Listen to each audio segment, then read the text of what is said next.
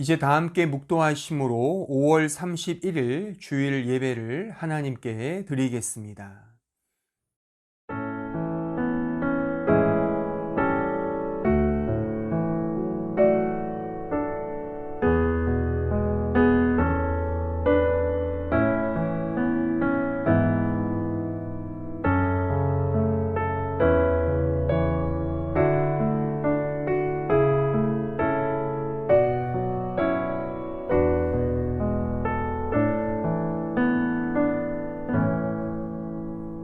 나는 포도나무요 너희는 가지라. 그가 내 안에 내가 그 안에 거하면 사람이 열매를 많이 맺나니 나를 떠나서는 너희가 아무것도 할 수 없음이라.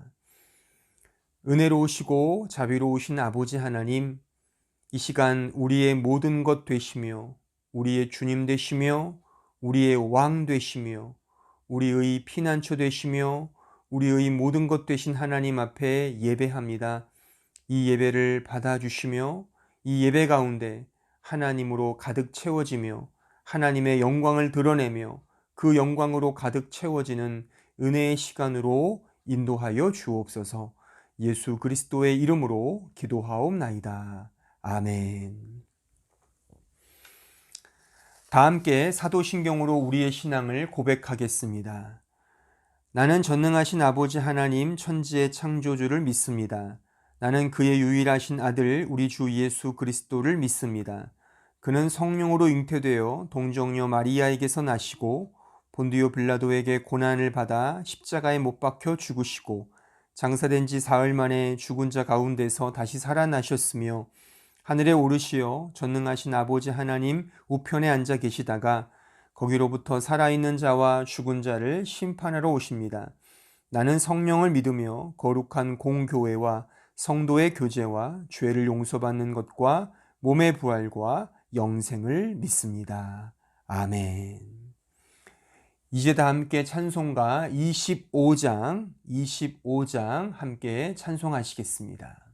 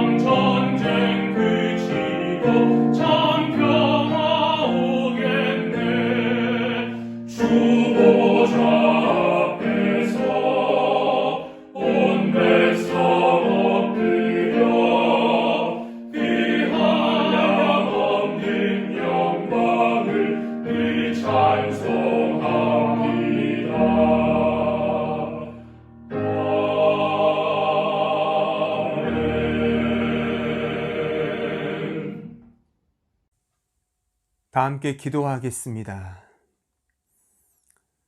은혜로우신 아버지 하나님, 이 시간 주님의 십자가를 의지하며 주님께 나아갑니다. 우리의 모든 허물과 죄를 사하시고 능력으로 하나님의 자녀 삼아주신 그리스도 예수의 공로 힘입어 담대하게 나아갑니다. 우리를 받아주시고 은혜와 진리로 가득 채워 주옵소서. 주님의 몸된 교회인 한마음교회를 붙들어 주셔서 오직 하나님의 영광과 우리 주 예수 그리스도의 은혜와 사랑만을 성령 안에서 누리고 만끽하는 믿음의 공동체가 되게 하옵소서. 모든 성도들이 힘써 하나님을 알고 자기 자신의 죄인됨과 하나님의 은혜만이 절대적으로 필요함을 날마다 아니 매 순간 절감하고 고백하게 하옵소서. 먹든지 마시든지 무엇을 하든지 오직 하나님의 영광을 위해 살아가는 신실한 믿음의 종들이 되게 하시고 먼저 그 나라와 그의 의를 구하라 하신 주님의 말씀을 쫓아 썩어져 갈 이 세상에 마음을 두는 것이 아닌 눈을 들어 하늘을 바라보며 묵시 속에서 완성된 하나님의 나라를 이 역사 속에서 경험하며 살아가는 믿음의 종들이 되게 하옵소서. 이 세상을 살아가면서 우리에게 요구되고 필요한 많은 것들이 있습니다. 때를 따라 우리를 푸른 풀밭, 쉴 만한 물가로 인도하심을 믿습니다. 어떤 형편에서든지 자족함을 배우게 하시고 공중에 새를 먹이시고 들의 백합화를 입히시는 하나님을 신실히 바라보며 믿음으로 우리 형편을 이겨내도록 은혜로 인도하여 주옵소서. 육체의 어려움과 병상에서 치료 중인 성도들에게 주께서 은혜와 자비를 베푸시사 회복의 자리로 인도하시고 현재의 자리에서 더욱 주님의 십자가를 붙들며 주의 긍휼하심과 자비하심을 더욱 깊이 경험하는 믿음의 시간이 되게 하옵소서. 현재 영상 예배로 하나님께 예배하고 있습니다. 우리 모든 성도들 더욱 깊이 예배를 통해 하나님을 만나고 십자가를 경험하며 복음의 참된 진수를 경험하게 하옵소서. 또한 바라옵기는 속히 함께 모여 예배하고 기쁜 마음으로 섬기며 사랑을 나누는 교회 생활이 다시금 재개되도록 주의 선하심으로 인도하여 주옵소서. 이 시간 이 영상 예배 가운데에도 주께서 함께 하심을 믿습니다. 참여하고 있는 모든 성도들에게 주의 한량없는 은혜와 복음의 능력을 경험하는 복된 시간이 되게 하여 주옵소서. 모든 것에 모든 것 되신 주님을 찬양하며 경배합니다.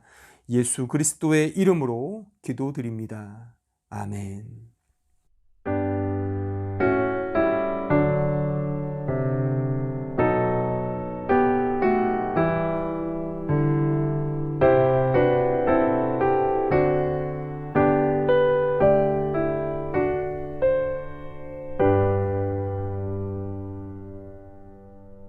이 시간 우리에게 주시는 하나님의 말씀을 봉독하겠습니다. 로마서 1장 5절로 6절입니다.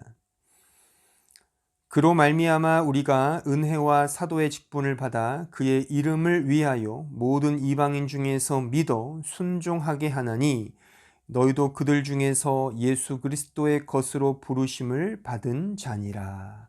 아멘.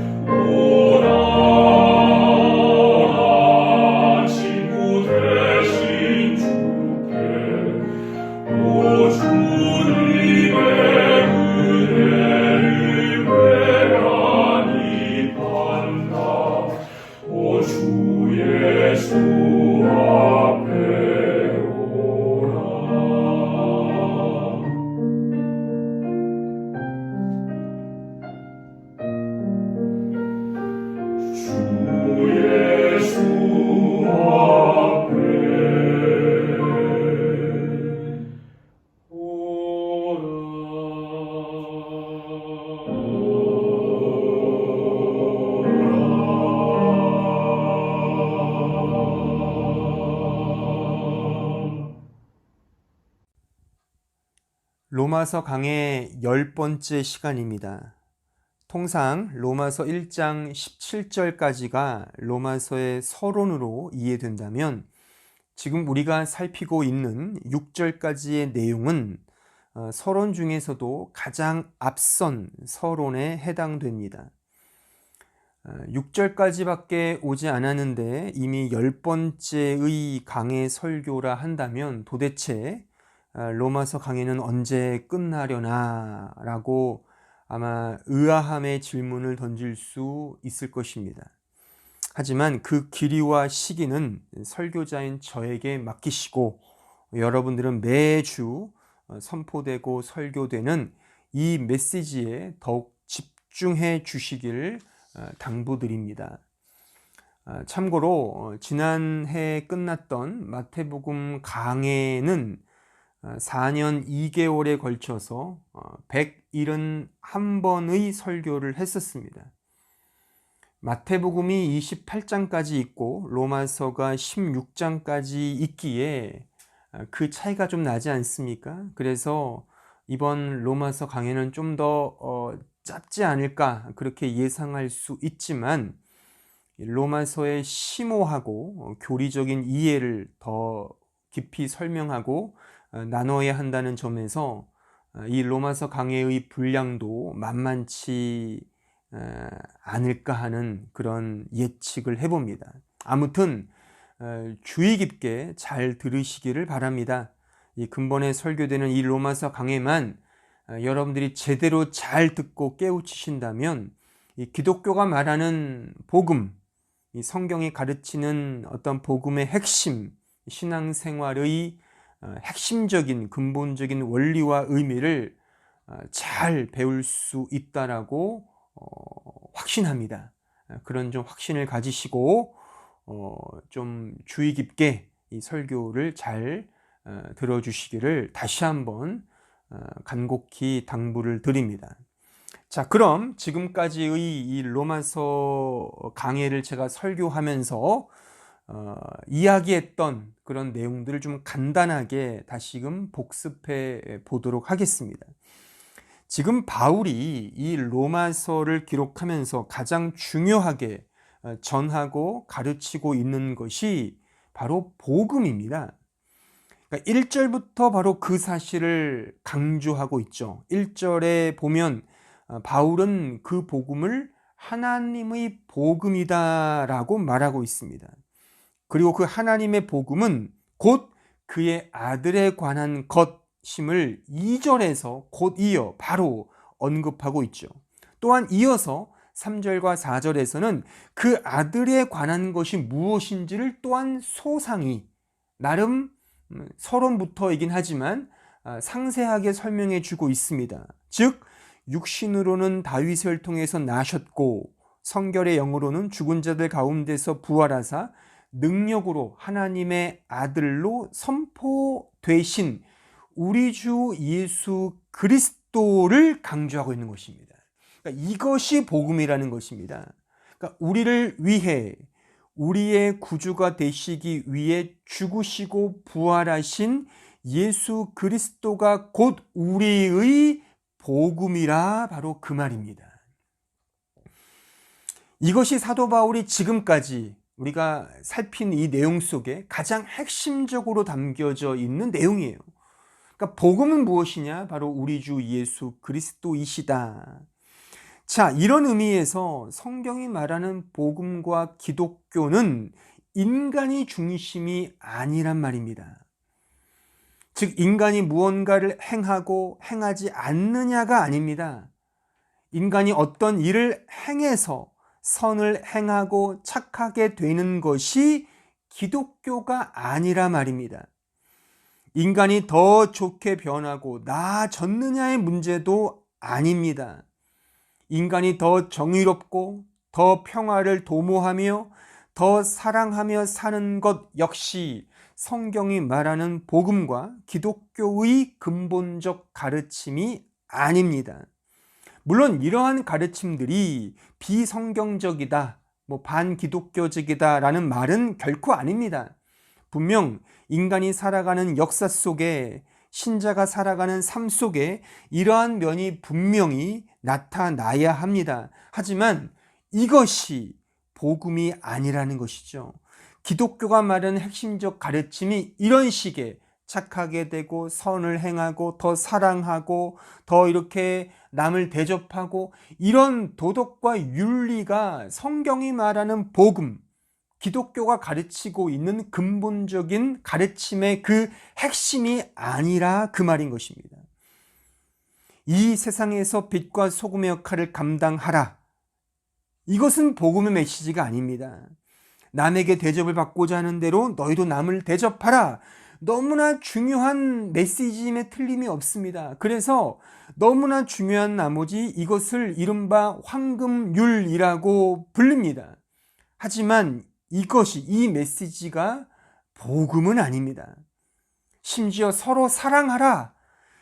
이것도 성경이 매우 강조하고 있는 어떤 실천적 가르침임에는 틀림이 없지만 이것 자체가 복음은 아니라는 것입니다. 성경이 말하는 복음, 기독교가 전하는 복음의 메시지는 바로 예수 그리스도인 것입니다. 예수 그리스도께서 우리를 위해 죽으시고 부활하셨다는 그 역사적 사건이 복음인 것입니다.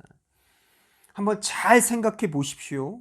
제가 앞서 언급해 드렸던 빛과 소금, 황금률의 법칙, 서로 사랑하라의 가르침 등은 사실 성경이 아니어도 이 기독교라는 이 울타리 밖에서도 어디서든지 쉽게 들을 수 있는 교훈들입니다. 가령 이 세상에서 꼭 필요한 존재가 되라. 이 세상을 이롭게 하는 존재가 되라. 세상을 널리 이롭게 하라. 홍익인간이란 뜻이죠. 이것이 세상의 빛과 소금이 되라는 말과 뭐가 다릅니까? 비슷합니다. 혹 여러분들은 이런 말을 들어보셨습니까? 즉 기소불욕 물시어인이라는 말을 아마 들어보셨을 것입니다. 이 말은 이런 뜻입니다. 자기 마음을 헤아려 자신이 하고 싶지 않은 일은 다른 사람에게도 베풀지 말라는 그 논어위려공 편에 나오는 문구입니다. 지금 성경이 말하는 황금률의 이 말씀과 뭐가 다릅니까? 그렇죠? 잘 헤아려서 내가 듣고 싶지 않은 말, 행동을 남에게 하지 말라. 이게 황금률의 법칙이죠. 똑같습니다. 그러니까 공자가 한 말입니다. 또한 서로 사랑하라라는 이 글귀와 말은 사실 이곳저곳에서 흔하게 볼 수 있는 매우 유명한 인생 격언 중에 하나인 것입니다. 따라서 굳이 기독교인이 아니어도 실천할 수 있고 노력할 수 있으며 그래서 타락한 인간의 본성인 하나님이 없이도 살 수 있다라고 자랑하는 인간의 본성으로부터 흘러나오는 그런 정서와 경향성이기에 그런 곳에서부터 흘러나오는 것은 진정한 의미에서, 즉 성경이 말하는 의미에서 선과 공의와 사랑이 아닌 것입니다. 그러니까 그런 것은 성경이 말하는 복음도 아니고 성경에서 말하는 기독교의 핵심적인 가르침 또한 신자의 신앙생활의 핵심적 원리도 아닌 것입니다. 한번 이렇게 생각을 해볼까요? 가장 도덕적으로 말하고 평생을 살았던 공자, 그 공자님은 구원을 받았을까요? 부처님은 어떻습니까? 세종대왕과 이순신 장군의 구원 여부는 어떻습니까? 인도의 정신적 지도자이며 매일 산상설교를 읽고 그대로 실천하기 위해 노력했던 마하트마 간디는 과연 구원을 받았을까요? 이렇게 탁월하게 도덕적으로 윤리적으로 서로 사랑하며 남을 위해 헌신하고 희생하며 살았던 이런 위인들 구원받았을까요? 저는 분명히 말할 수 있습니다. 물론 이분들이 구원을 받았는지 받지 않았는지의 유무는 오직 하나님만 아십니다. 제가 분명히 말할 수 있는 것은 예수를 믿지 않으면 그 누구도 구원이 없다는 사실입니다. 그가 간디 할아버지든 부처님 이상의 탁월한 성자라 하더라도 예수를 믿지 않고 예수와 관계되지 않은 사람에게는 구원은 없습니다. 사도행전 4장 12절에 보시면 다른 이로서는 구원을 받을 수 없나니 천하 사람 중에 구원을 받을 만한 다른 이름을 우리에게 주신 일이 없음이라 하였더라. 이 세상에 구원을 주시는 이름 오직 그리스도 예수뿐입니다. 착하게 살고 선하게 살며 사랑한다고 해서 구원을 받는 것이 아닙니다. 예수를 믿어야 하는 것입니다. 요한복음 5장 24절에 보십시오. 내가 진실로 진실로 너에게 이르노니 내 말을 듣고 또 나 보내신 이를 믿는 자는 영생을 얻었고 심판에 이르지 아니하나니 사망에서 생명으로 옮겼느니라. 예수를 믿는 자가 구원과 영생을 얻는 것입니다. 이 예수가 복음이라 그 말입니다. 예수를 믿는다는 것은 그와 관계를 맺는다는 것을 의미합니다. 요한복음 6장 53절로 55절에 보십시오. 예수께서 이르시되 내가 진실로 진실로 너에게 이르노니 인자의 살을 먹지 아니하고 인자의 피를 마시지 아니하면 너희 속에 생명이 없느니라. 내 살을 먹고 내 피를 마시는 자는 영생을 가졌고 마지막 날에 내가 그를 다시 살리리니 내 살은 참된 양식이요 내 피는 참된 음료로다. 예수를 믿는다. 그와 관계를 맺는다. 그를 믿는다. 이것이 우리에게 주어진 복음인 것입니다. 따라서 예수 그리스도와 관계가 없는 자, 곧 그를 믿지 않는 자는 이 세상에 속한 자이고 지옥의 백성인 것입니다. 지옥 백성이 아무리 선하고 아무리 착하고 사랑하며 산들 그것은 도리어 하나님 앞에서 더 패역하고 더러운 행위일 뿐인 것입니다. 왜냐하면 자기 의만을 드러내기 때문인 것입니다. 요한복음 15장 5절에 보십시오. 나는 포도나무요 너희는 가지라. 그가 내 안에 내가 그 안에 거하면 사람이 열매를 많이 맺나니 나를 떠나서는 너희가 아무것도 할 수 없음이라. 여기서 주목할 것은 나를 떠나서는 너희가 아무것도 할 수 없습니다. 바로 이 부분인 것입니다. 이것은 주님 안에 있지 않고서는 그 어떠한 선도, 공의도, 사랑도 없다는 것을 의미합니다. 따라서 주님 안에 있지 않은 자의 선과 사랑과 공의와 그 어떠한 아름다움도 사랑도 선도 공의도 그 어떠한 아름다움도 아닌 것이 되는 것입니다. 도리어 이 세상에 속한 것이기 때문에 결국 심판받을 죄악에 지나지 않다는 사실인 것입니다. 시편 14편 1절로 3절을 보십시오. 어리석은 자는 그의 마음에 이르기를 하나님이 없다 하는도다.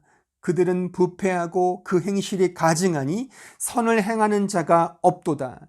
여호와께서 하늘에서 인생을 굽어 살피사 지각이 있어 하나님을 찾는 자가 있는가 보려 하신즉 다 치우쳐 함께 더러운 자가 되고 선을 행하는 자가 없으니 하나도 없도다. 이 말씀 속에서 주목할 것은 선을 행하는 것과 하나님을 찾는 것을 일치시키고 있다. 바로 그 사실인 것입니다. 따라서 선을 행한다는 것은 하나님을 추구한다는 것을 의미합니다. 보편적 선, 일반적 선, 보편적 사랑, 일반적 사랑 따위의 것은 성경이 말하는 진정한 선과 사랑이 아닌 것입니다. 도리어 자기의 의를 드러내고 나타내기 때문에 하나님 앞에서 더 큰 죄악이라 그 말인 것입니다. 더 죄악이라 그 말인 것입니다. 매우 중요한 것입니다. 그러니까 성경은 말합니다. 하나님 한 분 외에는 선한 이가 없느니라. 마가복음 10장 18절의 말씀입니다. 또한 요한일서 4장 8절에 보시면 하나님은 사랑이심이라. 그러니까 하나님은 선이시고 하나님은 사랑인 것입니다. 그러니까 하나님을 떠나서는 선도 없고 사랑도 없고 아름다움도 없고 공의도 없고 이 세상에 우리가 생각하는 도덕과 윤리도 없다, 그 말인 것입니다. 그러니까 하나님 안에 다 그것이 내포되어 있고 그분 자체가 선이며 사랑이라 그 뜻인 것입니다. 따라서 하나님을 떠난 사랑과 공의와 사랑은 없는 것이죠. 그러므로 믿음과 신앙생활은 인간의 노력과 행위로 거룩해지거나 더 많이 사랑하거나 사랑을 베풀거나 더 이렇게 아름답게 되는 그런 것이 아니란 말입니다. 예수를 믿고 예수와 관계를 맺으며 예수 앞에 우리의 죄를 회개하며 그를 바라보며 그를 의지하는 것이 바로 기독교가 말하는, 성경이 말하는 복음이며 이것이 구원의 핵심적 가치라 그 말인 것입니다. 이 사실을 바로 사도 바울은 이 로마서에서 강조하고 있고 저 역시 이 설교를 통해 강조하는 그 핵심적 내용인 것입니다. 그러므로 우리가 행하는 믿음, 우리가 구하는 믿음과 신앙생활 역시 인간 편에서 인간의 소원과 뜻을 성취하고 이루는 것이 아닙니다. 하나님을 더 깊이 알고 하나님의 뜻의 나를 복종시키는 그것이 믿음이며 신앙생활인 것입니다. 따라서 신앙생활을 하면서 하나님보다 다른 것을 더 드러내거나 그것이 가령 교회든 인간 자신이든 어떤 행위이든 삶이든 간에 바로 그 모든, 그러니까 하나님보다 더 내세우고 더 드러내는 그것이 바로 죄이며 우상인 것입니다. 그래서 로마서 14장 23절 이렇게 말합니다. 믿음을 따라하지 아니하는 것은 다 죄니라. 그러니까 믿음을 따라서 행하지 않는 모든 것은 다 죄라 이겁니다. 하나님과의 관계가 아닌 모든 것은 다 죄인 것입니다. 그러니까 하나님을 떠난 게 죄인 거죠. 하나님 믿지 않는 게 죄인 것입니다. 그렇죠? 그러니까 우리가 생각하는 죄의 개념과는 전혀 다른 것입니다. 우리는 잘못을 범하고 불의를 범하고 막 이렇게 어떤 죄악된 행위를 하는 것이 죄로 이해하지만 성경은 그것은 하나의 죄의 하나의 양상일 뿐이고 근본적인 죄는 하나님을 떠나는 것, 하나님의 자리에 인간, 이 세상의 것들을 얹혀 놓는 모든 것이 다 죄라고 말씀하고 있는 것입니다. 착하게 살고 선하게 살며 사랑하며 사는 것 자체가 성경이 말하는 복음이 아니라고 하는 사실을 우리는 꼭 기억해야 하는 것입니다. 그럼에도 불구하고 우리는 너무나 큰 착각과 오해를 하고 있습니다. 즉 착하게 살고 선하게 살며 다른 사람을 잘 대접하고 사랑으로 섬기는 그런 사람은 구원을 받을 수 있는 사람이라고 그렇게 생각을 합니다. 그래서 성경이 말하는 진정한 복음을 진실로 깨닫지 못하는 것입니다. 다 치우쳐서 자기만의 우상을 신봉하고 자신만의 육체적 아방궁을 쌓고 있는 것입니다. 인간 중심에서 하나님의 중심으로 가지 않으면 그것이 그 어떠한 좋은 소리든 간에 그것은 결코 복음도 아니고 기독교가 말하는 근본적 가르침이 아님을 우리는 꼭 명심해야 하는 것입니다. 우리가 지난 시간까지 살폈던 믿음의 순종 역시 이 의미를 말하고 있죠. 그러니까 그 믿음이라는 것이 우리의 믿음이라기보다는 하나님께서 우리를 향한 믿음이다라는 사실을 우리는 확인했습니다. 그렇죠? 로마서 1장 5절을 다시 보십시오. 그로 말미암아 우리가 은혜의 사도의 직분을 받아 그의 이름을 위하여 모든 이방 중에서 믿어 순종하게 하나니. 이 구절에서 우리가 언더라인을 쳐야 할 중요한 부분은 그로 말미암아와 그의 이름을 위하여라는 이 부분인 것입니다. 여기서 그는 분명 예수 그리스도를 가리킵니다. 우리는 예수 그리스도로 말미암아 은혜와 사도의 직분을 받았습니다. 우리가 잘해서 받은 것이 아니라 오직 예수 그리스도로 말미암아 그의 은혜로 받은 것입니다. 게다가 그의 이름을 위하여 믿음의 순종을 하게 하였다는 것입니다. 그 복음을 전하는 사도나 그 복음을 받게 되는 사람들이나 모두가 동일하게 그리스도 예수를 위하여 자신에게 주어진 삶을 살아내는 것이라 그 말인 것입니다. 따라서 신앙생활은 나를 위한 삶이 아닙니다. 인생 역시 내 것이 아니죠. 그렇죠? 이 인생의 주인공, 연출자는 우리가 아닙니다. 하나님이 주인공이시며 하나님이 연출자이십니다. 우리는 단지 그분을 위해 존재하는 하나의 도구, 하나의 부품, 액세서리, 엑스트라에 지나지 않는 것입니다. 어떻습니까? 매우 듣기 싫으시죠? 그러니까 인간 중심적인 사람들은 매우 듣기 싫어하는 소리가 바로 이것입니다. 사실 저도요, 이런 소리, 이런 말씀 듣기가 거북합니다. 싫어요, 인간 본성상. 내가 하나님의 부품이라고? 내가 하나님의 영광을 이렇게 높여드리는 하나의 그냥 존재일 뿐이라고? 그럼 내 영광은 어떤데? 나의 존재의 위엄과 내 존재의 어떤 영광됨이 있지 않는가라는 그런 이 본성적 생각이 물컹물컹 올라올 때가 있습니다. 듣기 싫어요, 우리 모두가 다. 하지만 성경이 이것을 말하고 있고 이것이 복음이라 가르치기에 전하는 것입니다. 그러니까 인간보다 하나님이 우선이며 인간의 영광이 아닌 하나님의 영광을 성경은 강조하고 있더라, 그 말인 것입니다. 그러니까 우리가 어떤 것에 귀를 기울여야 되겠습니까? 그러니까 우리가 성경을 배우고 성경을 통하여 이 세상과 하나님과 인간의 존재를 아는 거라면 성경이 이 사실을 말하고 있는데 딴 생각, 딴 마음을 품을 수 있겠습니까?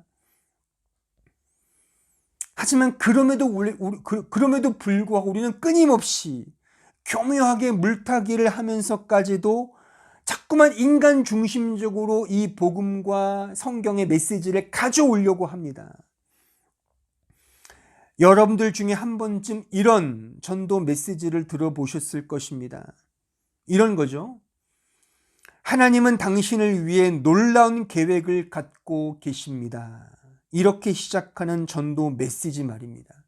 한 번쯤은 들어보셨을 것입니다. 물론 제가 지금 이 문구의 문제점을 이렇게 지적하겠지만 사실 이 문구는 전반적으로 틀린 것은 아닙니다. 하지만 이런 식으로만 성경을 보거나 이런 식으로만 복음을 이해하면 성경 전체를 왜곡하고 곡해하게 만듭니다. 이런 식으로 성경을 이해하고 신앙생활을 해 나가면 결국 인간이 모든 신앙과 삶과 믿음과 복음의 주인공이 되는 것이죠. 왜냐하면 나의 계획을 위해 하나님은 한낱 도움 주시는 엑스트라에 지나지 않게 되기 때문입니다. 나의 영광을 위해 하나님은 들러리 서는 그런 존재로 격화되기 때문입니다. 이렇게 되면 결국 하나님을 믿고 의지하는 것이 아니라 자신을 믿고 의지하는데 하나님이 나의 계획과 뜻을 너무나 잘 이루어 주시기에 그를 종교의 대상으로 삼고 이용하게 된다, 그 말입니다. 이것은 우리의 신앙의 배를 산으로 끌고 가게 하는 매우 잘못된 신앙관인 것입니다. 성경은 하나님께서 자신의 궁극적인 계획을 위하여 그가 친히 경륜을 가지시고 일하시고 역사하신다고 말씀하고 있습니다. 따라서 모든 것은 하나님으로부터 시작되고 진행되며 결과짓고 그의 영광을 위하여 나아간다는 것입니다. 하나님이 중심인 것입니다. 인간이 중심이 아닙니다. 로마서 11장 36절, 제가 여러 번 인용한 말씀인데 한번 보십시오. 이는 만물이 주에게서 나오고 주로 말미암고 주에게로 돌아감이라. 그에게 영광이 세세에 있을지어다. 아멘. 분명하죠. 또한 골로새서 1장 16절로 18절을 보십시오. 만물이 그에게서 창조되되 하늘과 땅에서 보이는 것들과 보이지 않는 것들과 혹은 왕권들이나 주권들이나 통치자들이나 권세들이나 만물이 다 그로 말미암고 그를 위하여 창조되었고 또한 그가 만물보다 먼저 계시고 만물이 그 안에 함께 섰느니라. 그는 몸인 교회의 머리시라. 그가 근본이시요 죽은 자들 가운데서 먼저 나신 이시니 이는 친히 만물의 으뜸이 되려 하심이라. 보십시오. 16절 말미에 무엇이라 기록하고 있습니까? 누구를 위해 이 세상을 창조하셨다고요? 바로 그를 위하여. 그를 위하여. 그리고 18절 끝부분에 보면 그가 친히 뭐라고요? 만물의 으뜸이 되게 하신다고 강조하고 있습니다. 만물의 으뜸. 이 우주의 중심이 바로 하나님이라 그 말인 것입니다. 이 사실을 통해 우리는 이 세상에 창조된 이유, 또한 이 세상 역사의 궁극적 결론이 어디를 향해 가고 있는지를 우리는 명확하게 알 수가 있습니다. 여러분들께서 지금까지 어떤 근거를 가지시고 복음을 깨닫고 신앙생활을 해왔는지는 중요하지 않습니다. 이제 지금 제가 설명한 이런 이해와 기준을 가지고 성경을 보십시오. 그러면 틀림없이 성경의 맥을 잡을 수 있을 것이라고 저는 확신합니다. 성경은 인간 중심적으로 결코 풀리지 않습니다. 인간을 이롭게 하기 위해 성경을 보십시오. 그러면 허무와 허망만 얻게 될 것입니다. 이렇게 꼬게 되겠죠.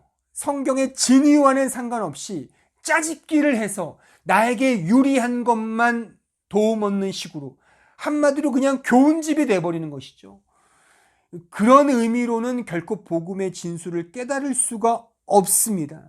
하나님 중심으로 예수 그리스도 중심으로 성경을 볼 때 그 복음과 그러니까 성경이 말하는 복음과 신앙의 핵심을 분명히 이해할 수 있게 되는 것입니다.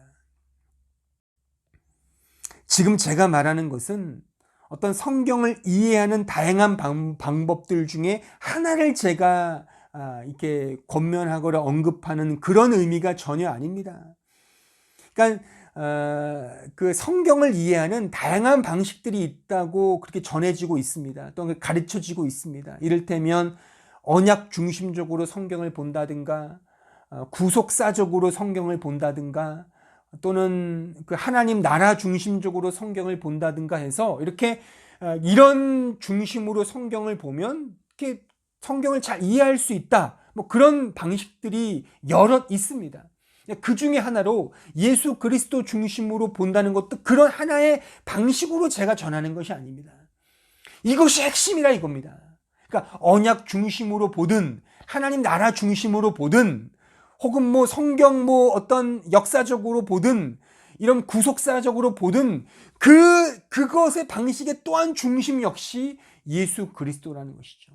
그러니까 예수 그리스도 중심, 하나님 중심으로 성경을 보지 않으면 성경에 풀리지 않는다는 것입니다. 그러니까 지금 제가 설명한 이 방식을 끊임없이 마음에 새기시면서 여러분들의 생각의 중심에 놓으셔서 그렇게 성경을 보셔야 합니다. 그렇게 성경을 보지 않으면 딴 데로 가게 됩니다. 다른 식으로 이해하게 되는 것이죠. 그렇게 되면 건강한 또한 성경이 말하는 참된 신앙의 길로 갈 수가 없다는 것을 꼭 유념하시고 제가 지금 설명한 이 방식, 이러한 이해를 마음속에 잘 가지셔야 합니다. 그러니까 여기서 가장 이 이해, 이런 예수 그리스도 중심으로 이해하는 것을 못하게 하고 방해하는 것이 바로 여전히 나의 본성, 인간 중심적으로 살려고 하는 이 본성, 조금 고급스럽게 말하면 휴머니즘적 신앙관, 이것이 가장 위험하고 잘못된 우리의 신앙관이라 그 말인 것입니다. 그것 때문에 이 예수 그리스도 중심으로 하나님 중심적으로 가지 못하게 하는 것입니다. 제가 그래서 지난주에 설교자로서 좀 위험을 감내하고 다양한 비판을 좀 감수하면서까지 이런 말을 제가 했었죠. 알미니안주의와 펠라기우스주의 그 신앙과는 매우 위험하고 심지어 비성경적 관점이다 라고 제가 설파한 이유가 바로 여기에 있습니다. 인간적 중심의 신앙과는 매우 위험합니다. 또 문제는 우리 본성 속에 있습니다. 왜? 우리 인간이기 때문에 내중심적으로 성경을 보려고 하거든요. 아전 인수로 보려고 하지 않습니까? 그러니까 이게 매우 힘듭니다. 그러니까 이거를 꺾어야 합니다. 이걸 부인해야 됩니다. 부정해야 합니다. 날마다 하나님 중심적으로 가려고 하는, 그러니까 성경을 보든 신앙생활하든 어떤 관점이든 예수 그리스도 중심으로 가려고 하는 그 신앙관이 없으면 결국 내 영광, 내 자랑으로 회귀하게 된다 그 말입니다. 그러니까 매우 위험하다 그것입니다. 따라서 인간은 할 수 없다. 인간을 위한 종교는 기독교가 아니다. 이 명제를 꼭 명심하셔야 합니다. 인간을 위한 종교를 원하신다면 제가 하나 강추해 드리겠습니다. 불교로 가십시오. 그러니까 불교의 신앙과는 이 현대인들에게 매우 잘 들어맞는 그런 신앙의 어떤 메커니즘을 갖고 있습니다. 그런 패러다임을 갖고 있죠. 그래서 매우 유혹적입니다. 상생과 통합, 중용과 인간애의 정신이 가장 잘 녹아져 있는 철학 종교가 바로 불교입니다. 강추입니다. 그쪽으로 가십시오. 인간적 종교를 원하신다면, 인간을 이롭게 하는 종교를 원하신다면 불교나 다른 종교로 가셔야 합니다. 기독교와 성경이 말하는 복음과 이 핵심적 가르침은 정반대인 것입니다. 인간 중심이 아닙니다. 하나님 절대 중심입니다. 하나님의 주인공입니다. 우리는 단지 조연이며 엑스트라에 지나지 않습니다. 우리의 영광이 아닙니다. 하나님의 영광입니다. 하나님의 영광을 위해 우리가 존재하는 것입니다. 아멘이십니까? 여기에 아멘이 나오는 자가 진정한 신자죠. 또 우리의 마음속에 다 아멘을 합니다. 아멘을 하죠. 우리의 존재는 하나님의 영광을 위하여 창조되었고 그 영광을 위하여 살아가는 자이다. 아멘. 지금 이 고백을 아마 불신자들은 전혀 아마 죽었다 깨나도 이해하지 못할 것입니다. 왜냐하면 어떻게 자기를 죽이고 하나님을 높이는 종교에 아멘할 수 있는가? 이해할 수가 없죠. 받아들일 수가 없죠. 왜요? 불신자이기 때문에. 하나님의 은혜를 모르는 자이기 때문에, 하나님의 영이 그 마음에 없기 때문에 아멘할 수가 없는 것입니다. 하지만 새 생명을 가진 자, 그 가진 자의 증거는 내게 사는 것이 그리스도니 죽는 것도 유익함이라. 이 사도 바울의 고백이 우리의 고백이지 않습니까? 그 고백의 말씀에 우리는 아멘하지 않습니까? 그렇죠?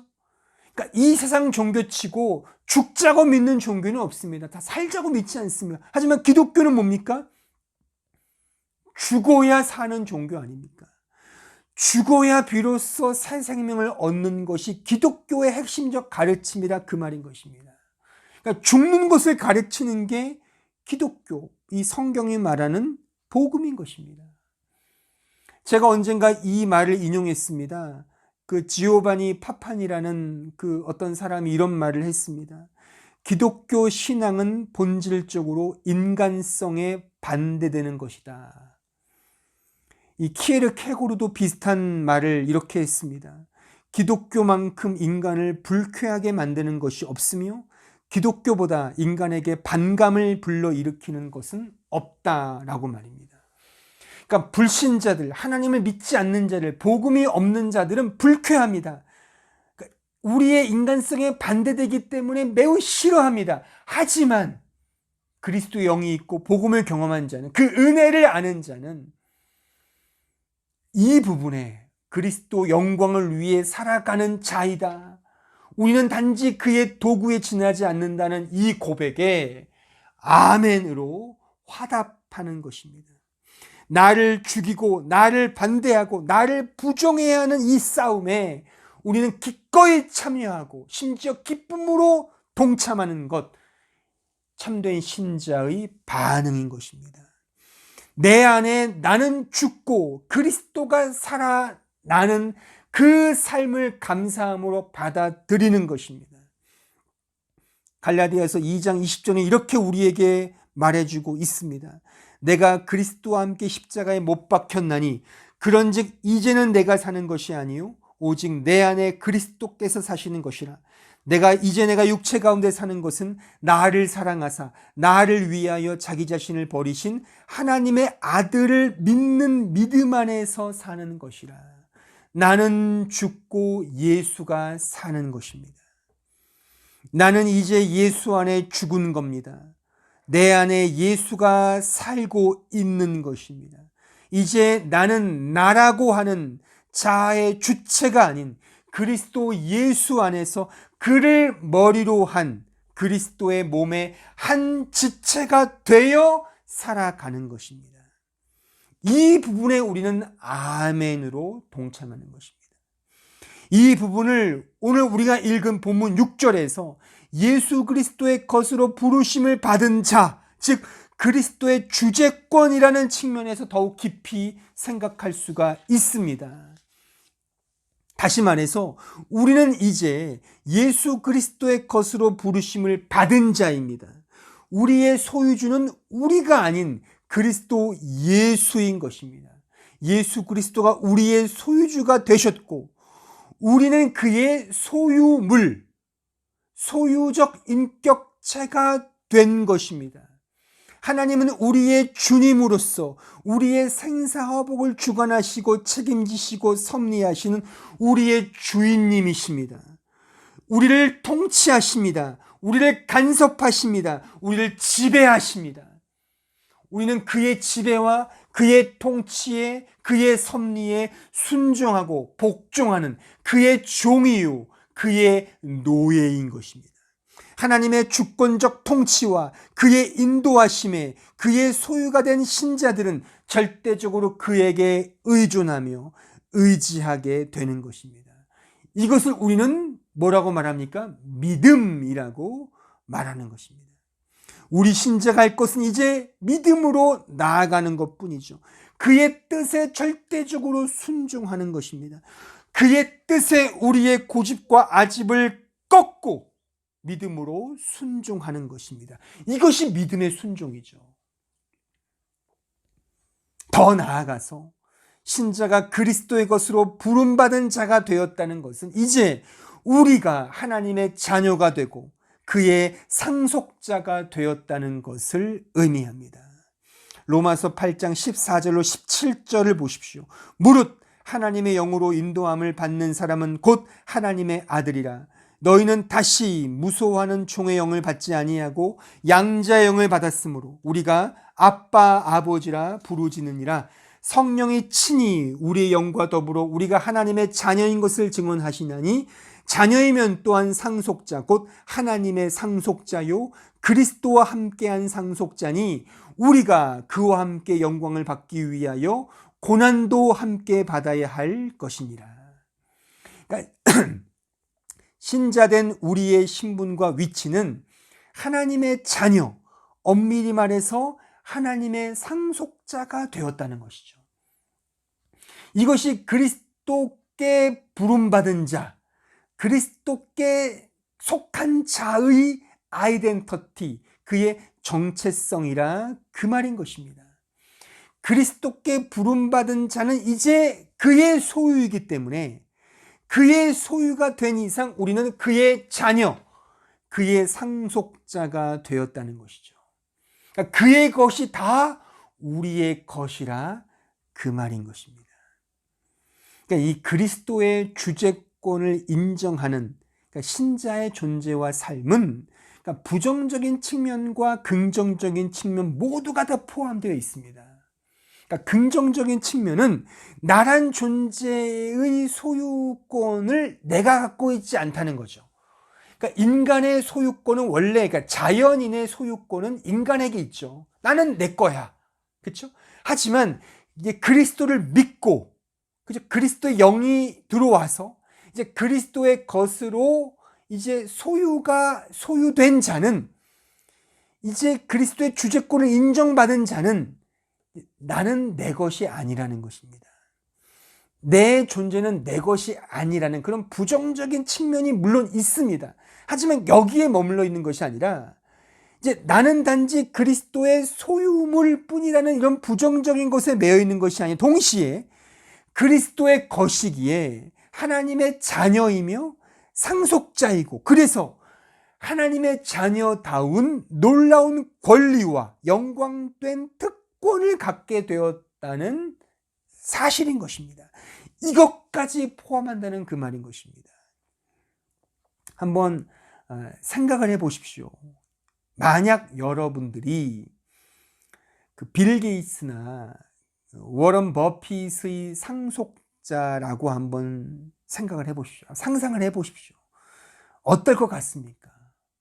여러분들이 빌 게이츠, 세상에서 최고의 갑부, 워런 버핏, 또 굉장히 큰 갑부지 않습니까? 우리로 말하면 삼성그룹의 상속자라고 한번 상상해 보십시오. 기분이 어떨 것 같습니까? 정말 기분이 정말 째지지 않겠습니까? 그죠? 저는 그럴 것 같아요. 정말 대박이다, 이런 마음이 들 것 같습니다.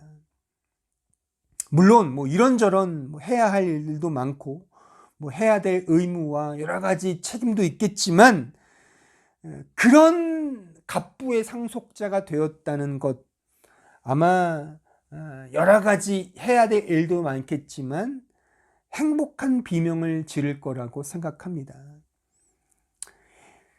이 세상에서 가장 재밌고 활기차고 최고의 칭송과 존경의 부러움을 한 몸에 받고, 그래서 더욱 시기와 질투가 난무하는 그런 영역을 꼽자면 아마도 통상 정치 영역이라고 말할 것입니다.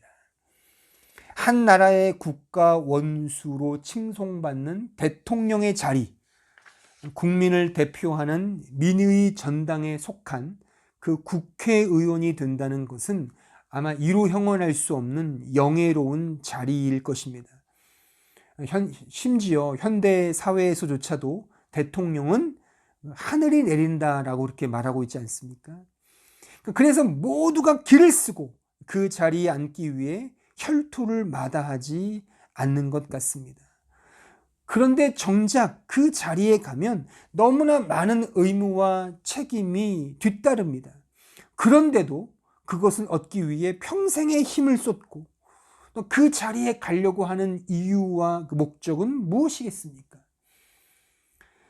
왜냐하면 그 자리가 주는 권리가 그 많은 의무와 책임을 압도하기 때문일 것입니다. 그렇죠? 그 소위 권력이라고 하지 않습니까? 그 권력을 갖고 자기가 그 권력을 행사할 수 있다는 것. 물론 겸손한 권력이라고도 요즘에 말하지만 이 세상에 과연 겸손한 권력이 있겠습니까? 저는 말장난이라고 생각합니다. 이 권력은 말 그대로 권력일 뿐입니다. 그러니까 그 권한과 권리와 이 능력이 대단하거든요. 그래서 아무리 큰 의무와 책임조차도 압도하기 때문에 모두가 그 자리에 가려고 한다고 저는 생각을 합니다. 목사의 입장에서 말이죠. 그렇다고 한다면, 하나님의 자녀, 그의 상속자가 된다는 것, 이것은 얼마나 큰 권리와 특권이겠습니까? 하나님의 자녀가 되어 그의 상속자가 되었다는 것은 이 세상의 그 어떠한 것도 견줄 수 없는 최고의 영광된 권리와 능력과 그 영광된 특권이라고 말할 수가 있을 것입니다. 그러니까 하나님의 자녀가 되었다는 것, 그의 소유가 되었다는 것은 긍정적인 면에서 바로 이 놀라운 권리와 영광된 특권을 갖게 되었다는 것을 의미한다 그 말인 것입니다. 하나님을 섬기고 그를 의지하며 그의 뜻에 따라 순종하며 살아간다는 것, 그것 자체가 권리이며 영광이며 누려야 할 하나님의 자녀다운 영예라고 하는 사실인 것입니다. 그리스도의 것으로 부름받아 하나님의 상속자가 된 이 신자가 가져야 될 이 주어진 이 놀라운 특권과 영광이 있음을 우리는 꼭 기억해야 하는 것입니다. 요한복음 1장 12절에 보십시오.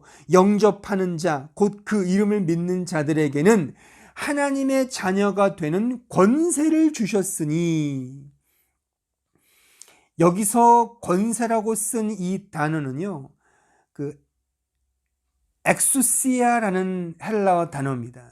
이 엑수시아라는 단어는 The Power of Authority라는 단어입니다. 그러니까 이 권력이란 뜻이죠. 능력이란 뜻입니다. 그러니까 하나님의 자녀가 되었다는 것, 하나님께 부름받은 자가 되었다는 것, 하나님의 소유가 되었다는 것은 바로 이 능력의 자리에 앉게 되었다, 이 능력의 자리에 서 있게 되었다라고 하는 의미를 강조하는 것입니다. 이 천지만물을 창조하신 하나님이 우리의 아버지이시기에 이제 신자된 우리의 존재와 삶은 형통과 복 그 자체가 되었다는 것입니다. 이것이 신자가 가지는 권리이며 특권인 것입니다. 히브리서 4장 16절을 보십시오. 그러므로 우리는 긍휼하심을 받고 때를 따라 돕는 은혜를 얻기 위하여 은혜의 보좌 앞에 담대히 나아갈 것이니라. 이 하나님의 은혜가 우리를 불렀습니다. 근데 그 은혜가 우리를 어떻게 간다고요? 그 은혜의 보좌 앞에 담대히 나아가는 그 권리와 그 특권과 그 담대한 능력을 우리에게 주신다라는 그 말씀인 것입니다.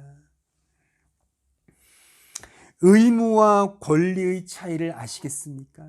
이 의무와 권리의 차이요. 둘 다 모두 행한다는 의미를 내포하고 있습니다만, 의무라고 하는 것은 해야만 한다는 어떤 당위적 측면의 방점이 놓여 있다면, 권리는 그 자리에 선 자가 가지는 그 자리에 선자가 가지고 있고 누리는 특권의 방점을 찍혀 있다라고 말할 수가 있습니다. 그러니까 신자에게는 의무와 권리가 다 함께 주어져 있습니다. 하지만 신자는 그리스도의 것으로 부름받아 하나님의 자녀요 상속자가 되었다는 측면에서 의무로서 버겁게 쫓아가는 그런 류의 삶이 아닌 하나님의 자녀다운 그 권리를 누리며 그 특권에 걸맞게 살아가고 누리는 신자의 존재와 삶이 훨씬 더 크고 그걸 누려야 하는 그런 삶이 더 바람직하다고 말할 수가 있는 것이죠. 하나님의 자녀는 바로 거기에 방점이 찍혀 있고 그것을 특징 짓는 자가 바로 하나님의 부름받은 그리스도의 것으로 부름받은 신자의 신분이며 그 자리이며 그 위치이며 그가 보여야 할 면모라 그 말인 것입니다. 신자의 존재와 신자가 가진 신분과 그 위치에 대해서 이런 맥락에서 더 깊이 생각해 보십시오. 신자는 결코 실패할 수 없는 하나님의 자녀이며 하나님 안에 감춰진 그 상상할 수 없는 축복을 이미 받은 자입니다. 더하여 앞으로 얼굴과 얼굴을 맞대어 볼 정도로 더욱 깊이 더욱 확실하게 경험하게 될 것입니다. 이것이 그리스도께 속한 신자의 축복된 특권이며 권리라 그 말인 것입니다. 이 부분에 대하여 우리는 깊이 생각해 보셔야 합니다. 그러니까 신자가 행하는 모든 행위와 의무와 어떤 순종과 좀 버겁게 느껴지는 삶의 그 현실은 어떤 의미에서 하나님의 소유가 되었고 그리스도의 것으로 부름받은 자의 신자적 입장에서는 그것이 권리라 그 말인 것입니다. 막 버겁게 쫓아가야 할 정말 가기 싫은데 억지로 가야 할 그 길이 아니라 신자로서 누려야 할, 하나님의 자녀로서 상속자로서 누려야 할 특권이며 권리라고 하는 사실인 것입니다. 이 부분을 한번 실제적으로 적용하여 생각해 볼까요? 그러니까 여러분들이 매주일 예배를 드리고 교회에 와서 봉사하고 헌신하고 충성하고 여러분들의 물질을 헌금으로 바치고 시간을 들이며 구제하고 양보하며 타인에게 져주고 아낌없이 사랑하고 힘쓰는 그 모든 신자됨의 노릇을 여러분들은 의무로 행하십니까? 권리로 누리십니까? 의무로 행하신다면 아마 힘드실 겁니다. 사실 저를 포함하여 모든 대부분의 신자들은 의무로 여겨서 힘들게 이 일을 하고 있을 겁니다. 그러니까 제가 단적인 하나의 예를 들어 본다면 누구를 사랑해서 사랑을 너무 많이 했는데 그가 나를 배신했어요. 그러면 어떤 마음이 드시죠? 힘드시죠. 왜 힘드십니까? 의무로 행했기 때문에 힘든 겁니다. 그러니까 제가 할 수 있고 했기 때문에 이런 말을 드리는 것이 아닙니다. 저도 마찬가지입니다. 우리 모두는 다 의무감으로 합니다. 예배를 의무감으로 드리고 헌금도 의무감으로 드리죠. 그러니까 안 되는 겁니다. 섬기는 것, 사랑하는 것 의무감으로 하면 그러니까 아주 마음이 기쁠 때는 잘 되죠. 하지만 시험에 봉착하거나 어려움에 봉착하면 안 하거나 멀리하게 됩니다. 왜요? 의무감으로 생각하기 때문에 그런 겁니다. 물론 의무감으로 해야 될 때도 있습니다. 책임감으로 해야 될 때도 있습니다만 근본적으로 우리가 하나님의 자녀로서 하나님의 상속자로서 그리스도의 것으로 부름받은 신자의 그 맥락에서 보자면 누려야 할 우리의 권리인 것입니다. 예배도요, 우리가 누려야 할 특권인 것입니다. 희생하고 섬기고 충성하는 건 역시 우리가 누려야 할 권리인 것입니다. 직분과 어떤 교회에서의 헌신조차 다 권리로서 특권으로서 누려야 할 것입니다. 누리는 마음으로 이 권리를 행사하십시오. 그렇게 되면 앞서 말한 것과는 좀 다른 의미의 하나님의 은혜를 더 누리게 될 것입니다. 하기 싫은데 허는 수 없이 억지로 의무 감당을 한다면 그것은 우리에게 진정한 기쁨과 자유함을 주지 못합니다. 군대에 징집되어 끌려가듯이 그런 의무 수행을 위하여 교회의 거룩한 일을 행한다면 그것만큼 불행한 신자는 없을 것입니다. 저는 지금 아무도 없는 제 사택 거실에서 이 설교를 하고 있습니다. 아마 이 맥락을 모르는 사람이 이것을 본다면 정말 저 사람 뭐 하는 거야? 저도 지금 설교하면서 그런 생각을 합니다. 난 지금 뭐 하는 거지? 아무도 없습니다. 이 자리에. 이렇게 침튀어가면서 목청껏 설교하는 제 자신을 볼 때마다 야, 이거 정말 못할 일이구나라고 제가 생각이 듭니다. 하지만 저는 지금 이 영상을 보고 있고 시간은 다르지만 이 영상을 보고 있는 여러분들의 마음과 눈동자를 저는 지금 기대하면서 이 설교를 하고 있는 것입니다. 또한 이 설교를 제 자신에게 하고 있는 것입니다. 내가 하나님의 상속자로서 내가 하나님의 자녀로서 기쁘게 하자. 의무감으로 하지 말고 권리를 누리자. 그런 마음으로 이 설교를 지금 하고 있는 것입니다. 그런 느낌으로 지금 받아들이십니까? 여러분들도 영상 예배를 들으실 때 의무감으로 어쩔 수 없이 그런 마음으로 예배를 드리신다면 솔직히 안 하는만 못합니다. 그냥 편하게 있는 게 더 나을 수도 있습니다. 이 의무감을 했다 그래서 의무감을 우리는 하면 할수록 어떤 내 마음에 어떤 이 악용적 마음이 생깁니까? 자기 의가 생기죠. 내가 할 수 없고 하기 싫은데도 했어 라고 하는 자기 의가 독보소처럼 자라게 돼 있습니다. 그러니까 의무감으로 한다는 것은 이렇듯 많은 인간적 요소가 배태될 수가 있는 것이죠. 하나님의 자녀로서 누리는 이 권리를 행사하십시오.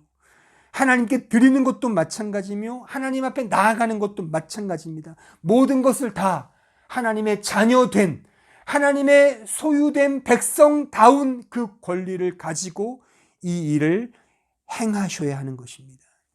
하나님의 자녀로 부름받은 자로서 우리 신자는 이 모든 것을 누려야 할 권리로 이해하고 그렇게 행해야 하는 것입니다. 왜냐하면 거듭 강조하지만 우리는 하나님의 자녀이며 하나님의 상속자이기 때문인 것입니다. 이 상속자가 가지는 이 놀라운 특권, 이 특별한 권리라는 의미를 아직 잘 이해를 못하시고 감이 안 잡히신다면 예전에 그 SBS 방송에서 방영되었던 그 상속자들이라는 그 드라마를 한번 유튜브에 찾아서 한번 보십시오.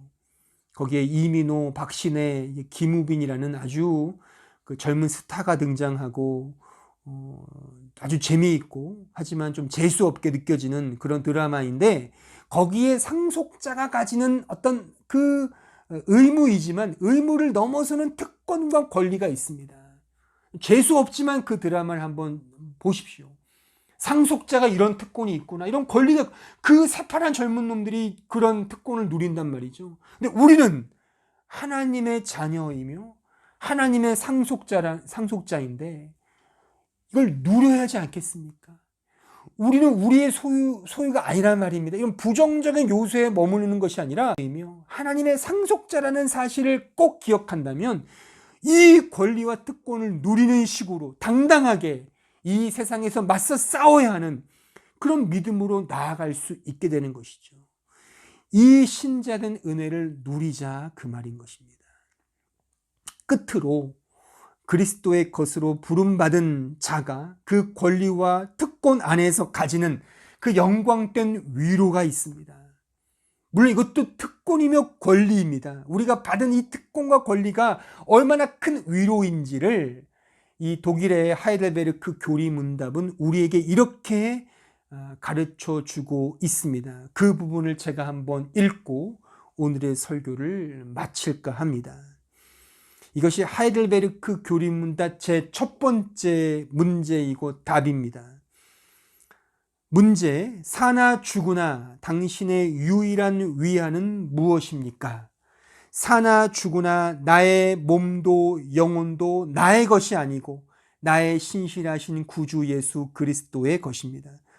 주께서 그의 보배로운 피로 나의 모든 죄값을 다 치르셨고 마귀의 권세로부터 나를 자유케 하셨습니다. 또한 하늘에 계신 아버지의 뜻이 아니고는 나의 머리털 하나도 상하지 않도록 나를 지켜주십니다. 실로 이 모든 것이 합력하여 나의 구원을 이룹니다. 내가 주의 것이기에 주께서 성령으로 말미암아 영원한 생명을 보증하시고 나의 온 마음을 다하여 기꺼이 주를 위하여 살게 하십니다. 이것이 나의 유일한 위안입니다. 이것이 나의 유일한 위로입니다. 기도하겠습니다. 오늘 말씀을 생각하시면서 나는 과연 하나님의 이 놀라운 권리와 특권을 받은 하나님의 자녀이며 상속자인가? 분명 우리는 예수를 믿는다면 하나님의 자녀이며 상속자입니다. 이제 우리는 이 상속자다운 하나님의 소유물다운 그런 믿음의 삶을 살아가야 하는 것입니다. 그 권리와 그 특권을 누리십시오. 한 주간 이 믿음 붙들고 하나님의 자녀다운 이 놀라운 은혜를 누리는 그런 믿음의 삶, 믿음의 신자 되게 해달라고 다 같이 함께 합심하여 통성으로 기도하겠습니다. 은혜로우시고 자비하신 주님 감사합니다. 저희들을 붙들어 주시고 이 놀라운 특권과 은혜를 받은 하나님의 자녀로서 하나님께 부름받은 자로서 이 놀라운 은혜를 누리며 이 사실을 마음에 새기며 이 세상을 이기는 믿음의 정도 될 수 있도록 축복하여 주옵소서. 저들을 불쌍히 여겨주시고 인도해 주시고 함께하여 주옵소서.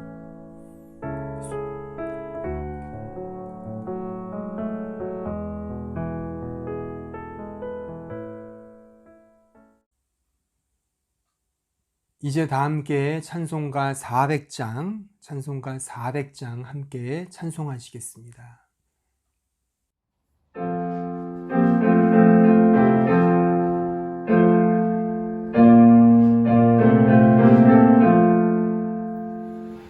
험한 시험 물속에서 나를 건져 주시고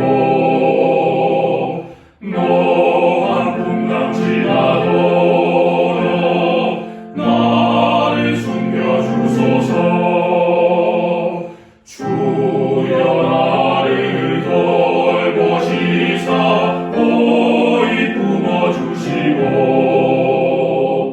험한 풍파 지나도록 나를 숨겨 주소서. 권세 능력 무한하사 모든 시험 이기고 풍랑까지 다스리는 주님 앞에 비오니 주여 나를 돌보시사 보이 품어주시고 험한 풍파 지나도록 나를 숨겨주소서. 죄악 길에 빠진 이 몸 캄캄한 데 헤매며 부르짖는 나의 원 들으소서 내 주여. 주여 나를 돌보시사 보이 품어주시고 험한 풍파 지나도록 나를 숨겨주소서.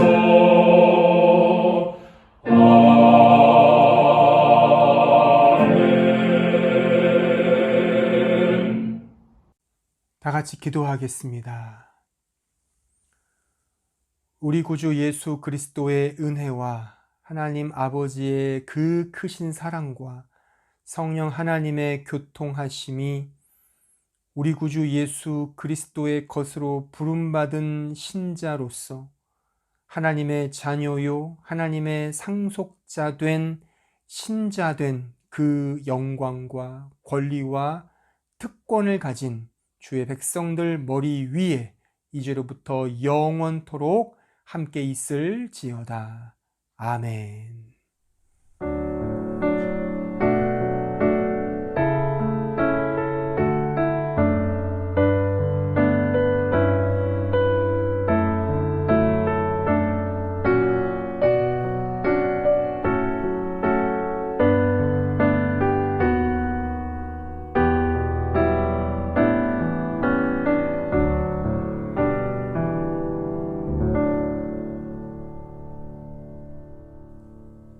교회 소식을 알려드리겠습니다. 오늘도 이렇게 주일 예배에 참여하신 모든 성도들께 진심으로 사랑과 축복의 마음을 전합니다. 다들 힘드실 거라고 생각합니다. 하지만 얼마 남지 않았습니다. 끝까지 지치지 마시고 믿음으로 승리하시길 기원하고 또한 그렇게 당부드립니다. 주일 공예배에 관한 공지사항인데요.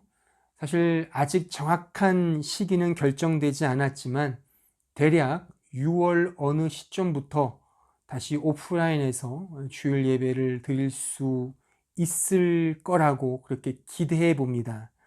속히 예배와 이 교회 생활이 재개되도록 좀 기도해 주시고 관심을 가져주시길 부탁드리겠습니다. 다음 주일 예배 기도자 보셔서 잘 준비해 주시기를 바라고 한 주간도 주 안에서 승리하시고 주님의 백성답게 주님을 믿는 그리스도께 속한 자로서 늘 승리하는 그런 믿음의 삶 살아내시기를 진심으로 바랍니다. 감사합니다.